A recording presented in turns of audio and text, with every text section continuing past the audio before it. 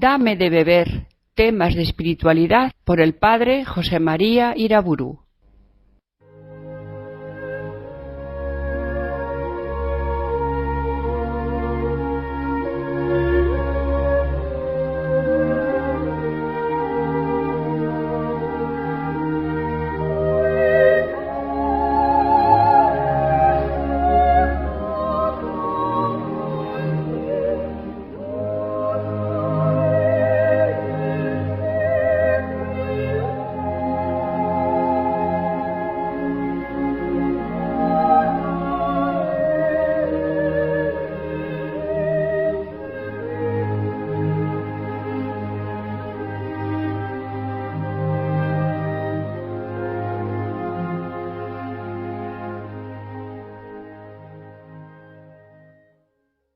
En el nombre del Padre, del Hijo y del Espíritu Santo. Sigamos contemplando a Dios nuestro Señor. Recordemos de nuevo las palabras de Jesús: esta es la vida eterna, que te conozcan a ti, único Dios verdadero, y a tu enviado Jesucristo. Juan 17. Si el hombre está creado a imagen de Dios, el hombre podrá conocerse a sí mismo en la medida en que conoce a Dios. Es evidente que lo más grande que tiene el cristianismo es la revelación del misterio de Dios, realizada en la plenitud de los tiempos por Jesucristo y por la comunicación del Espíritu Santo, el Espíritu de la verdad. Y sin embargo, asusta comprobar en muchos cristianos una ignorancia abismal del misterio de Dios. Ignoran aquellos atributos fundamentales del ser divino, unos atributos que ya en el mismo Antiguo Testamento, como lo vemos en los Salmos, por ejemplo, se contemplan y se profesan continuamente. La infinitud de Dios, su omnipotencia, su majestad, su omnipresencia, su causalidad universal. Esa ignorancia indudablemente se debe sobre todo a una predicación insuficiente de Dios. Nos dice San Pablo en los capítulos 1 y 10 de la carta a los Romanos: el justo vive de la fe. La fe es por la predicación y la predicación por la palabra de Cristo. Cuando se debilita la predicación sobre un tema de la revelación, se debilita necesariamente la fe en ese aspecto del misterio revelado. La norma bíblica es patente: contemplad al Señor y quedaréis radiantes. Salmo 33. Pero ¿con cuánta frecuencia se menosprecia la predicación y la contemplación de Dios? No se predica suficientemente a Dios, no se piensa suficientemente en Dios.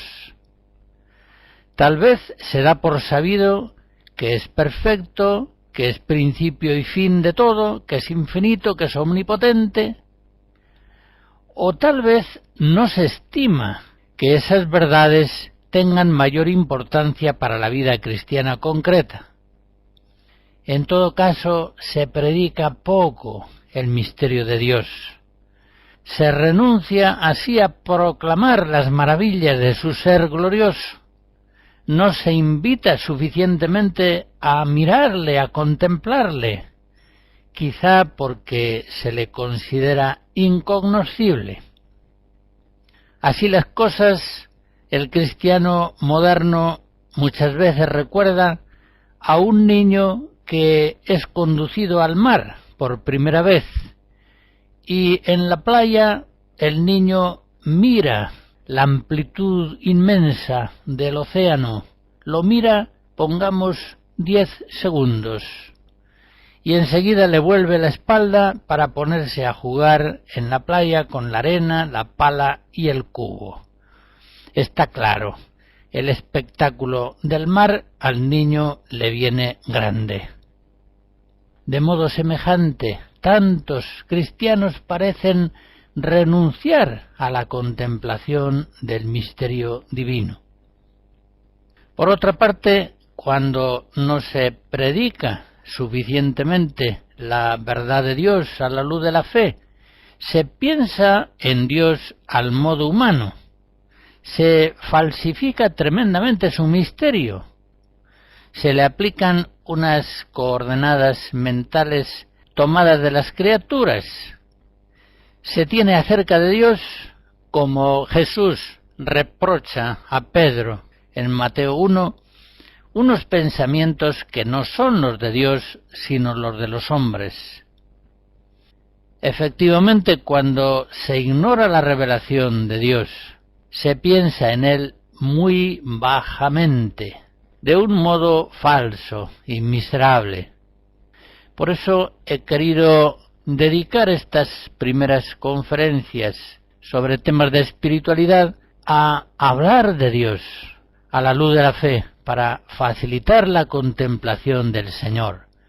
Contemplad al Señor y quedaréis radiantes.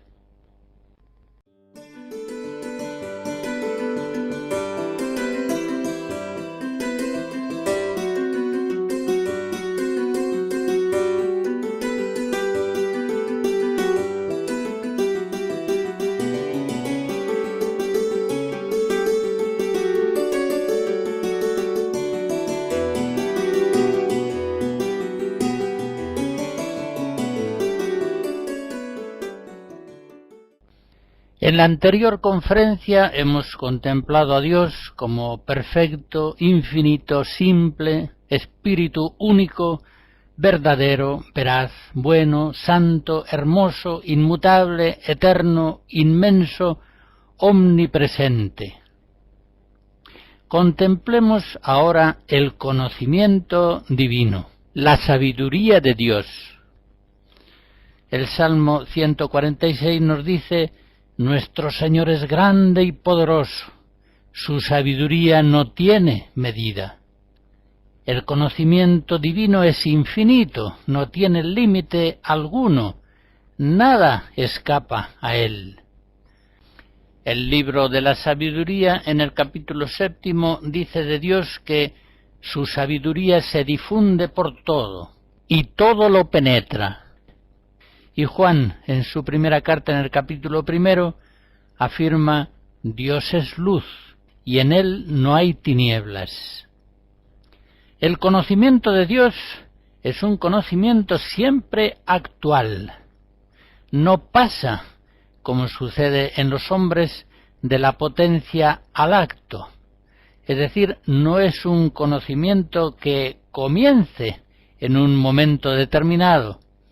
No es un conocimiento sucesivo, tampoco es discursivo. Dios lo conoce todo en un solo acto, en un acto único. Dios ve toda la serie de los tiempos en sí mismo, en la luz de su inmutable eternidad. Dios conoce a todas las criaturas en su propia esencia divina, y no por medio de especies inteligibles. No depende de las criaturas el conocimiento que Dios tiene de ellas. Dios mismo, su divina esencia, es la causa ejemplar y eficiente de todo cuanto existe. Por eso, conociendo Dios su propia causalidad creadora y providente, en ella conoce todos los efectos que de ella se derivan o puedan derivarse. En este sentido, San Agustín escribía en el Tratado de la Trinidad: Dios conoce a todas sus criaturas, espirituales o corporales, no porque son, sino que ellas son porque Dios las conoce. Pues no le era desconocido a él lo que iba a crear. Así pues, él lo creó porque lo conocía, y no lo conoció por haberlo creado. Con esas palabras se nos está diciendo lo que la Escritura repite continuamente: que el conocimiento divino es eficiente, es causa de las cosas. Las criaturas son y obran porque Dios las conoce. No conoce Dios a las criaturas porque ellas son, sino que las criaturas son porque Dios las conoce. El conocimiento de Dios es un conocimiento causal. Como dice Santo Tomás en la Suma, la ciencia de Dios, unida a su voluntad, es causa de las cosas, como el arte del artista es causa de la obra de arte. Por otra parte, el conocimiento de Dios es universal, pues Él conoce todo en sí mismo y en el mundo creado. Nada puede existir grande o pequeño que sea ajeno al conocimiento de Dios. No puede Dios ignorar nada. Recuerden aquella preciosa oración de Esther, capítulo 14, donde ella dice: Señor, tú lo sabes todo. El objeto primario y formal del conocimiento de Dios es Él mismo, y el objeto secundario y material de ese conocimiento divino son las criaturas posibles, existentes o futuras. Dios conoce todo lo posible, Dios conoce todo lo real, sea presente, pasado o futuro. Así en el libro del Eclesiástico se dice en el capítulo 23, antes que fueran creadas todas las cosas, ya Él las conocía, y lo mismo las conoce después de acabadas. Y en forma poética, el Salmo 146 dice: Él cuenta el número de las estrellas, a cada una la llama por su nombre.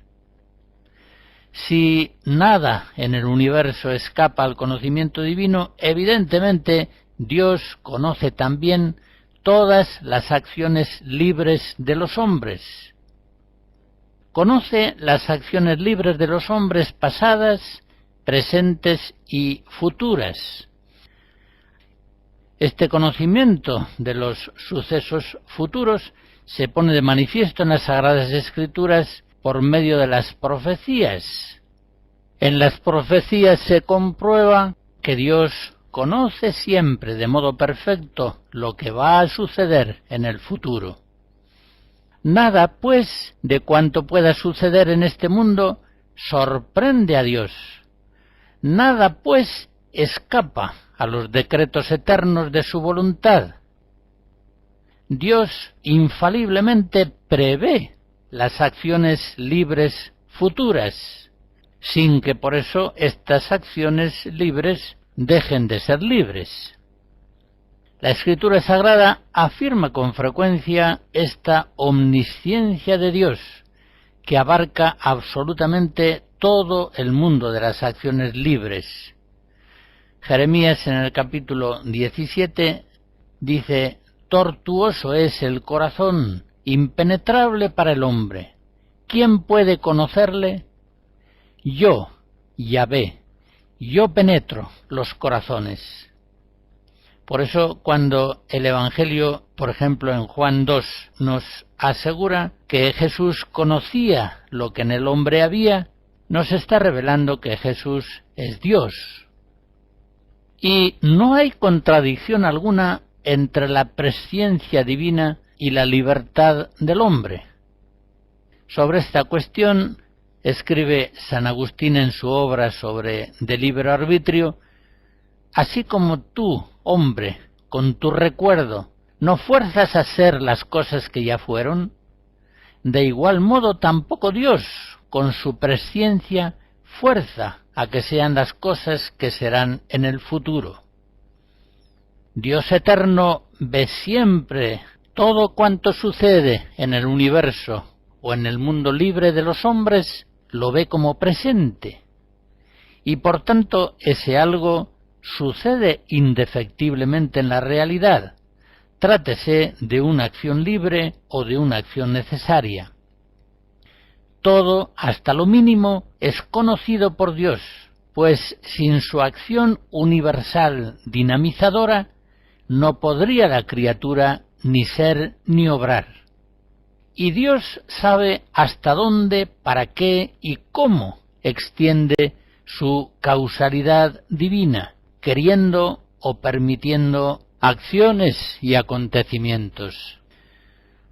Bien sabemos, a la luz de la fe, que la sabiduría divina es buena, benéfica, esplendorosamente bella, es armoniosa y coherente. Así lo canta el libro de la sabiduría, por ejemplo en el capítulo 24. En cambio, como dice el apóstol en 1 Corintios 3, la sabiduría de este mundo es necedad ante Dios. Y en el libro de Isaías capítulo 54 se nos dice que cuanto dista el cielo de la tierra, así distan los pensamientos divinos de los pensamientos humanos. Por eso la lógica del verbo de Dios, la lógica del logos divino, es para el hombre que no tiene fe locura y escándalo. 1 Corintios 3. Y por eso aquel que siga la lógica del logos divino, aquel que se configure a Jesucristo, vendrá a ser loco a los ojos del mundo.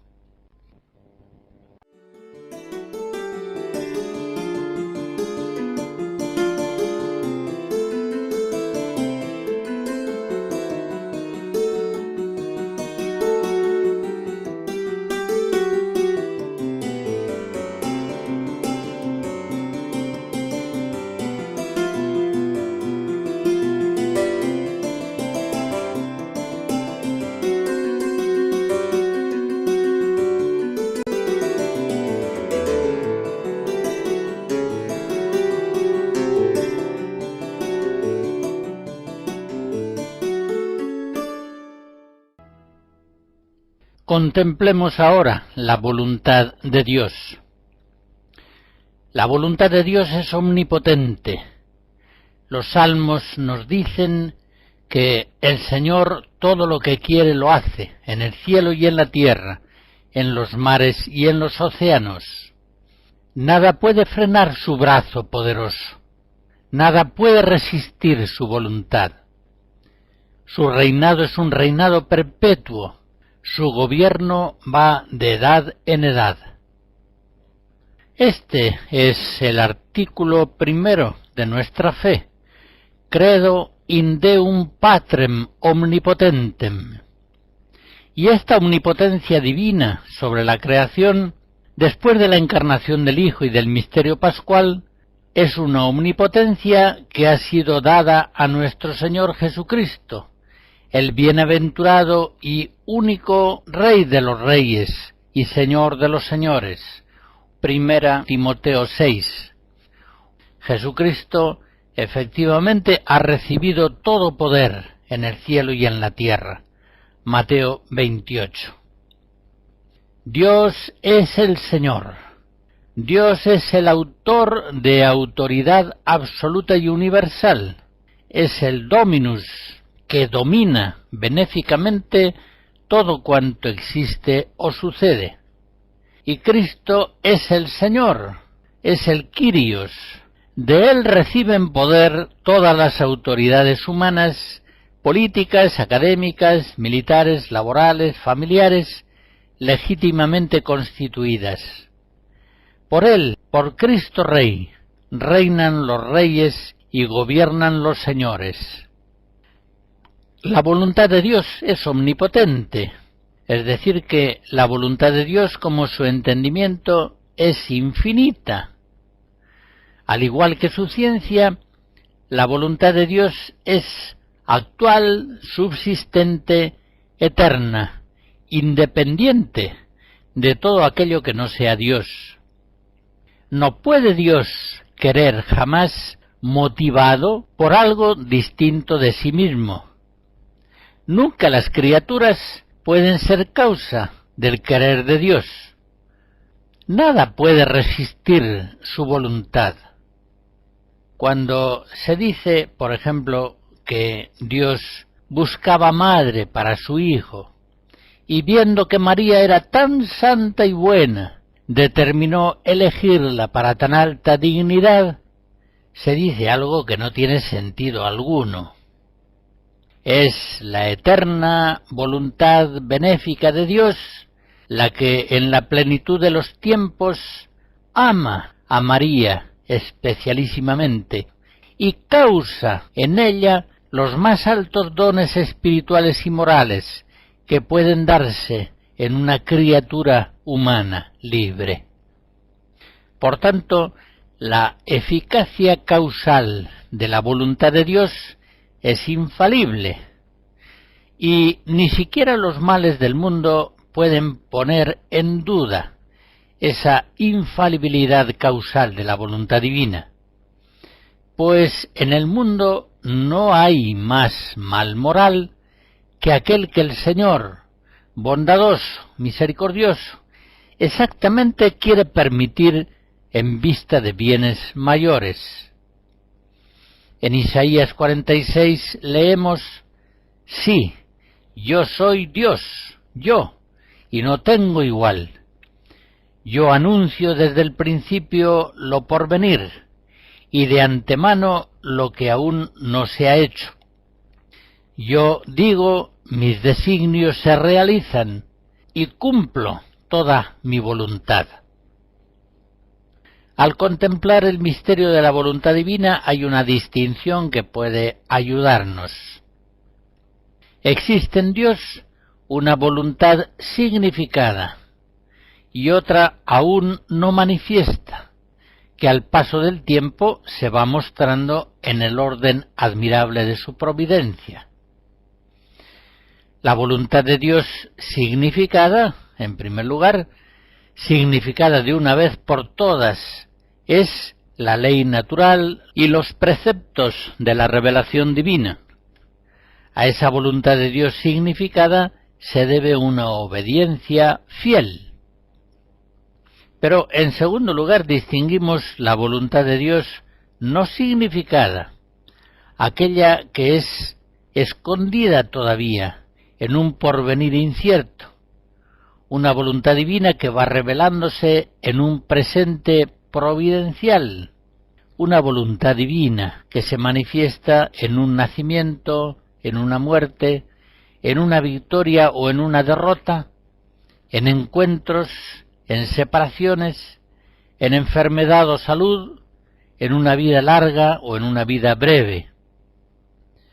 Esta voluntad divina no significada, que se va manifestando día a día, debe ser esperada y recibida por el hombre en un abandono confiado.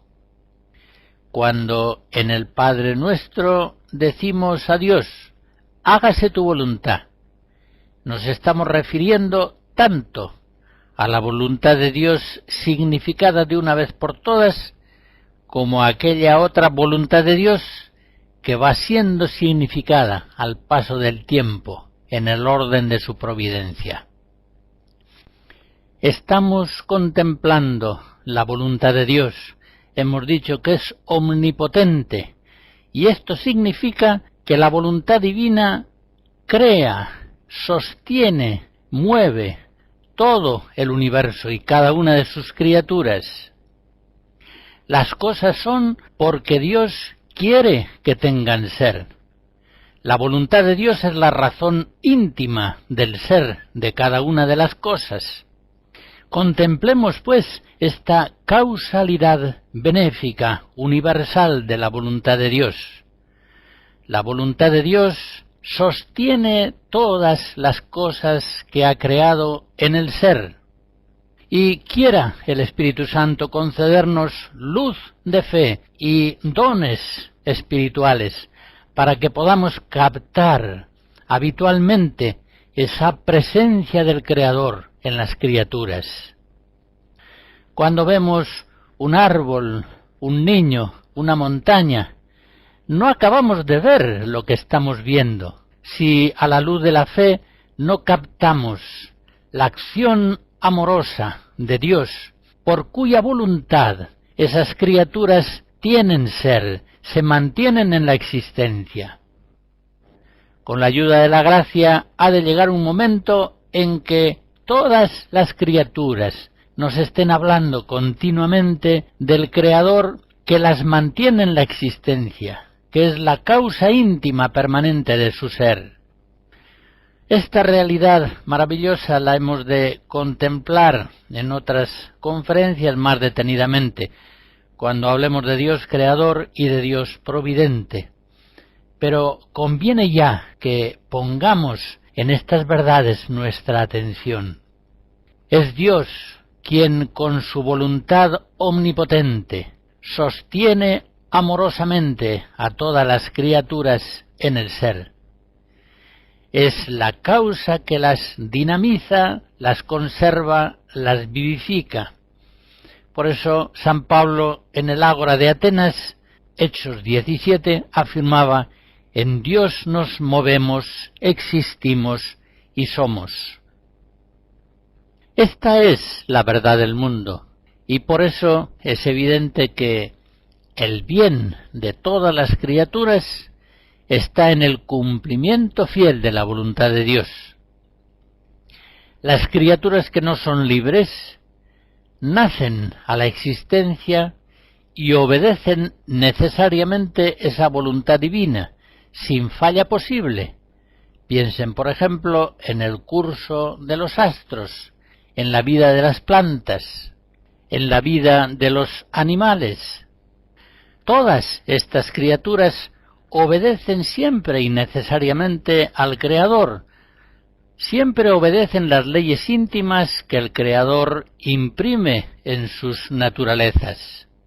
Y en esa obediencia al Creador es como las criaturas encuentran su bien, su prosperidad, su armonía. También el hombre, por supuesto, es enviado al mundo no para hacer su propia voluntad, sino para cumplir la voluntad de Dios. Así lo entendió de sí mismo Jesucristo, el nuevo Adán, el hombre perfecto. No he venido al mundo a hacer mi voluntad, sino la voluntad del Padre que me envió.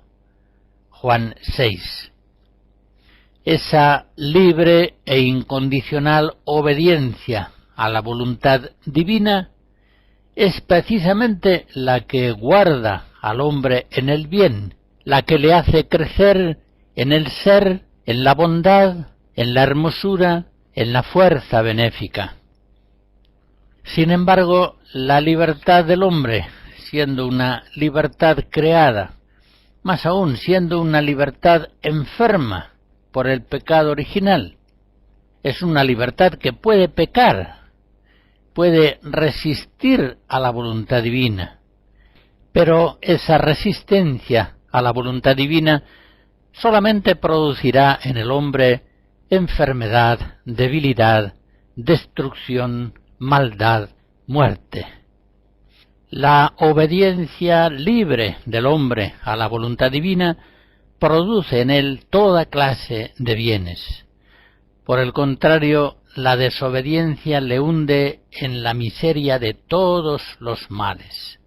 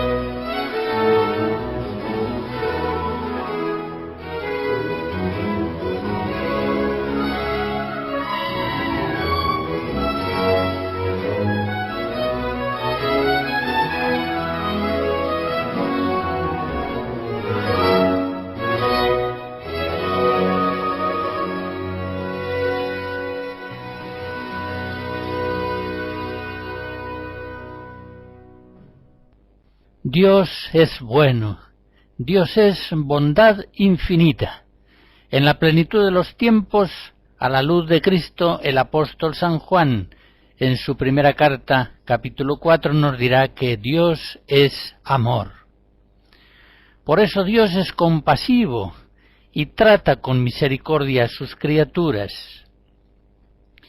Quiero fijarme, antes de contemplar estas verdades a la luz de la Escritura, en que las más altas mentes de la humanidad llegaron a conocer la bondad divina manifestada en la creación. Llegaron a ese conocimiento por la mera razón. Si consideramos, por ejemplo, la filosofía de Platón, nos damos cuenta de que este gran autor griego afirma que, siendo Dios la bondad infinita y perfecta, ha querido ser bueno no solamente para sí mismo, sino también para otros. La bondad divina, al ser perfecta e infinita, tiene que ser, entiende Platón, una bondad fecunda. Ha querido su bondad difundirse y comunicarse a otros seres. Y esta es la causa profunda de la creación del mundo. Como bien sabemos, estas verdades grandiosas que acerca de Dios alcanzó el hombre a la pura luz de la razón natural, encuentran en la revelación divina, en el Antiguo y más aún en el Nuevo Testamento, su más perfecta luminosidad. Pero, sin embargo, muchos hombres, oscurecidos y abrumados por las miserias de sus propios pecados o de los pecados de la humanidad, no alcanzan a conocer esta bondad divina. Por eso, en las Sagradas Escrituras se afirma con tanta insistencia la bondad y la misericordia de Dios. El libro de la Sabiduría, en el capítulo 11, nos dice que el Señor es misericordioso, precisamente porque es omnipotente. Él ama todo cuanto existe, pues no por odio hizo cosa alguna. Y porque Dios es bueno, por eso es lento a la ira y rico en piedad. Por eso es bondadoso en todas sus acciones y trata con cariño a sus criaturas. Salmo 144. En Dios nuestro Señor se unen de manera admirable la justicia y la misericordia. Y como dice el Salmo 102, no nos trata como merecen nuestros pecados, ni nos paga según nuestras culpas. El amor de Dios a las criaturas es una irradiación gratuita de su bondad, puramente libre y generosa. Porque Él es bueno, por eso ama a las criaturas, y su amor las va revistiendo de bondad, hermosura y amabilidad. Dios ama, pues, con un amor de benevolencia, que comunica a las criaturas su bondad, procurando su bien. Por eso, entendámoslo bien, las criaturas no son amadas por Dios porque ellas sean buenas, sino que las criaturas son buenas porque Dios las ama, y en la medida en que Dios las ama. Es el amor de Dios el que infunde en las criaturas bondad y el que las hace amables. Repito esta verdad porque es muy importante. No ama Dios a las criaturas porque ellas sean buenas, sino que las criaturas son buenas porque Dios las ama e infunde en ellas una participación de su bondad. Es la voluntad de Dios la que con absoluta libertad elige, la que quiere, la que ama, en forma plenamente gratuita. Por eso, como dice San Pablo en Romanos 8, Dios puede hacer y hace que todas las cosas concurran al bien de quienes le aman, porque de Él son amados. La bondad de Dios, la inmutabilidad de su voluntad omnipotente, explican que Dios sea siempre fiel a sí mismo y que sus dones, como dice San Pablo en Romanos 11, son dones irrevocables. Los dones y la vocación de Dios son irrevocables. Por eso el amado de Dios nada tiene que temer. Sabe que el amor de Dios es fiel a sí mismo y que su misericordia es eterna. En Dios ciertamente hay muchos atributos que pueden ser contemplados con asombro, con devoción, pero la Sagrada Escritura llama la atención con muy especial insistencia sobre la misericordia de Dios. En el Salmo 102 leemos: «El Señor es compasivo y misericordioso, lento a la ira y rico en clemencia. No está siempre acusando, ni guarda rencor perpetuo. Como se levanta el cielo sobre la tierra, se levanta su bondad sobre sus fieles. Como dista el oriente del ocaso, así aleja de nosotros nuestros delitos. Como un padre siente ternura por sus hijos, siente el Señor ternura por sus fieles». Y ciertamente el testimonio más elocuente, más grandioso de la misericordia de Dios es la encarnación del Hijo Divino para redimir a los hombres. El amor de Dios a los hombres tiene en la naturaleza, en la creación, su primera declaración elocuente. Pero la máxima declaración del amor que Dios nos tiene se produce en el mundo de la gracia, en la encarnación del Verbo, en el misterio de la redención, en la comunicación del Espíritu Santo, en la filiación divina.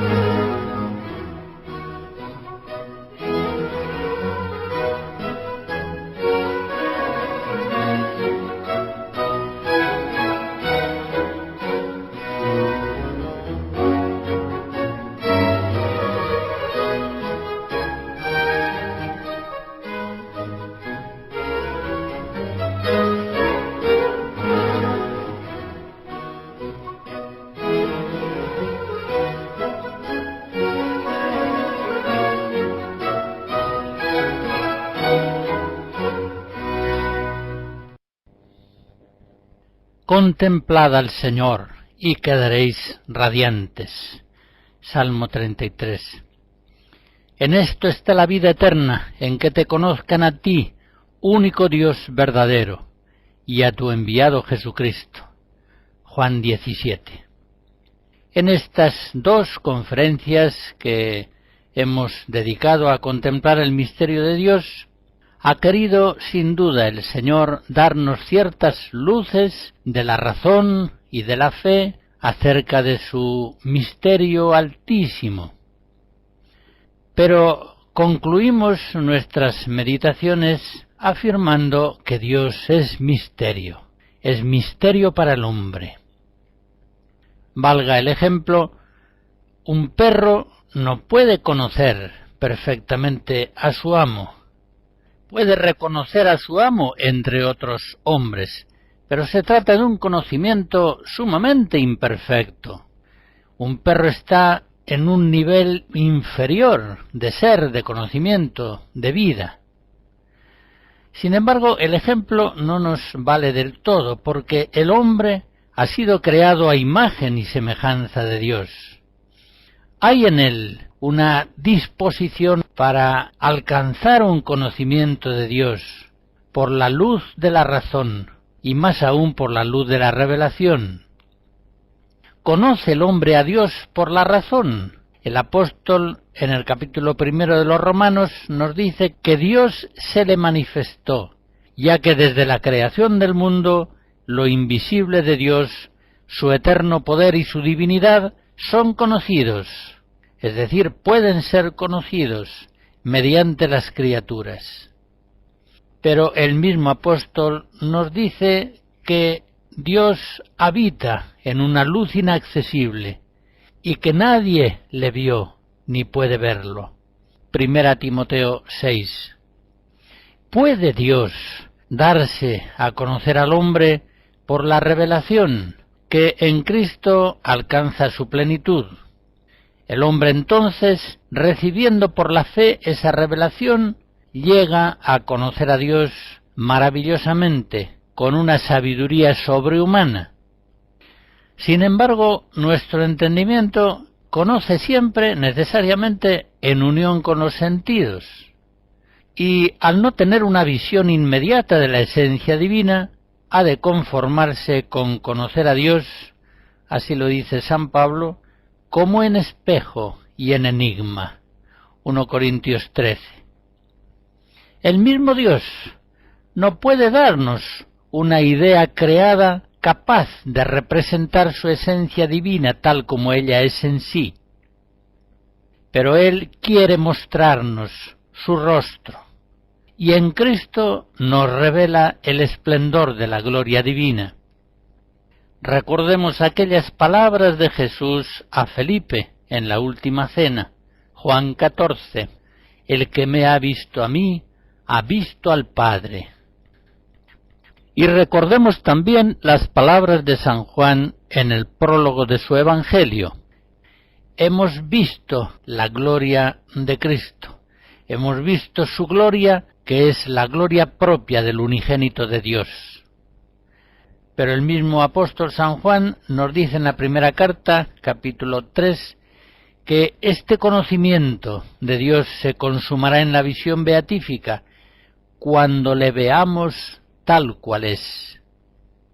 Mientras tanto, mientras esperamos la manifestación gloriosa de nuestro Señor Jesucristo, en la vida presente hemos de conocer a Dios a la luz de la fe. El justo vive de la fe.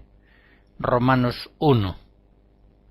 Una fe que con el crecimiento espiritual ha de verse perfeccionada en su ejercicio por los dones del Espíritu Santo, los dones de entendimiento, ciencia, sabiduría.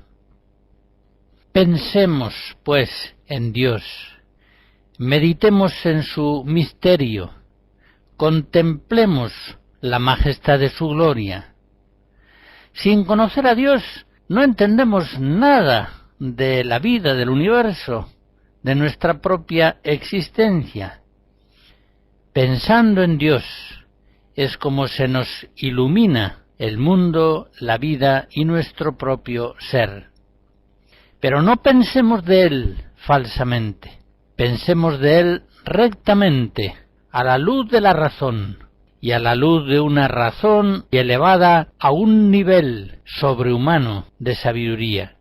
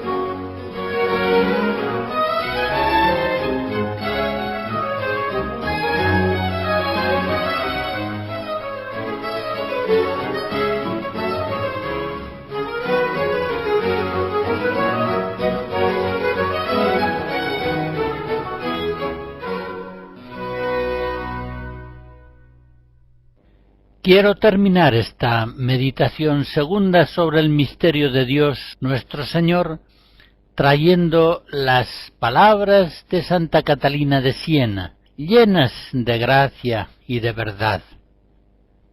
De algunas de sus elevaciones tomo estas palabras suyas. Oh Trinidad eterna,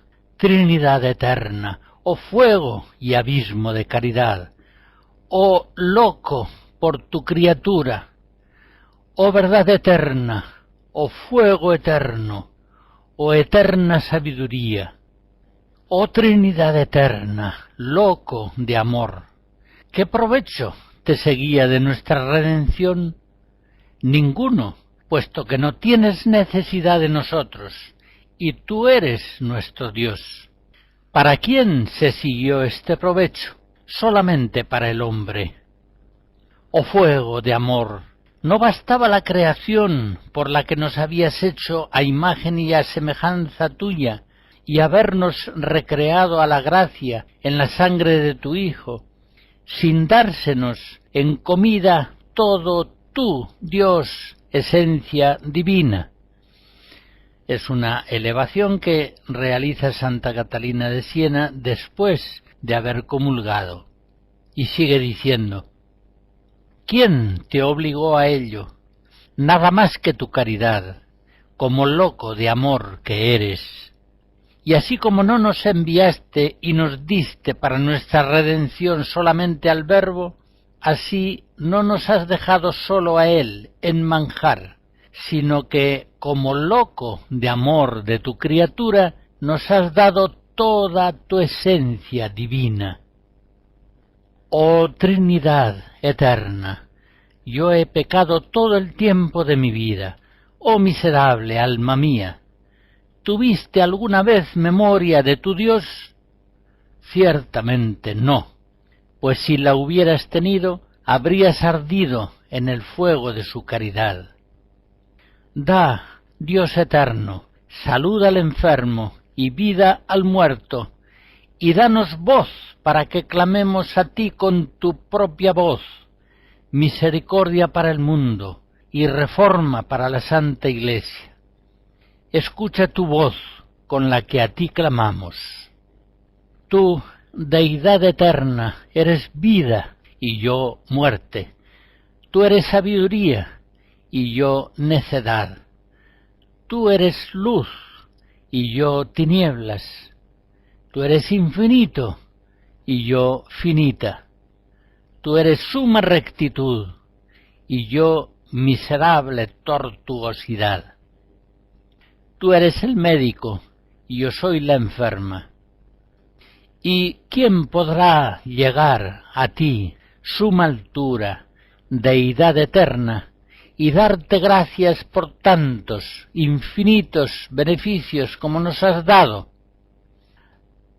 Yo quiero ver la gloria y alabanza de tu nombre en tus criaturas, que sigan tu voluntad, para que lleguen al fin por el cual las creaste. Deidad eterna, oh alta Deidad eterna, amor inestimable, en tu luz he visto yo la luz, en tu luz he conocido. En tu luz se conoce la razón de la luz y la razón de las tinieblas. Es decir, tú eres la razón de toda luz y nosotros somos la razón de las tinieblas. En tu luz conoce el alma las obras que hace ella en la luz y lo que en ella es obra de las tinieblas. Admirables son tus obras, Trinidad eterna.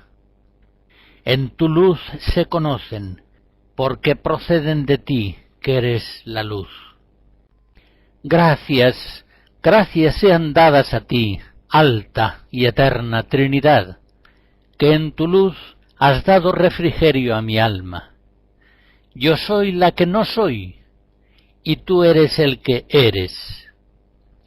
Tú mismo, pues, date gracias, concediéndome a mí el que pueda alabarte. Hasta aquí la dulce y luminosa voz de Santa Catalina de Siena, doctora de la Iglesia. La bendición de Dios Todopoderoso, Padre, Hijo y Espíritu Santo, descienda sobre ustedes y les guarde siempre. Amén.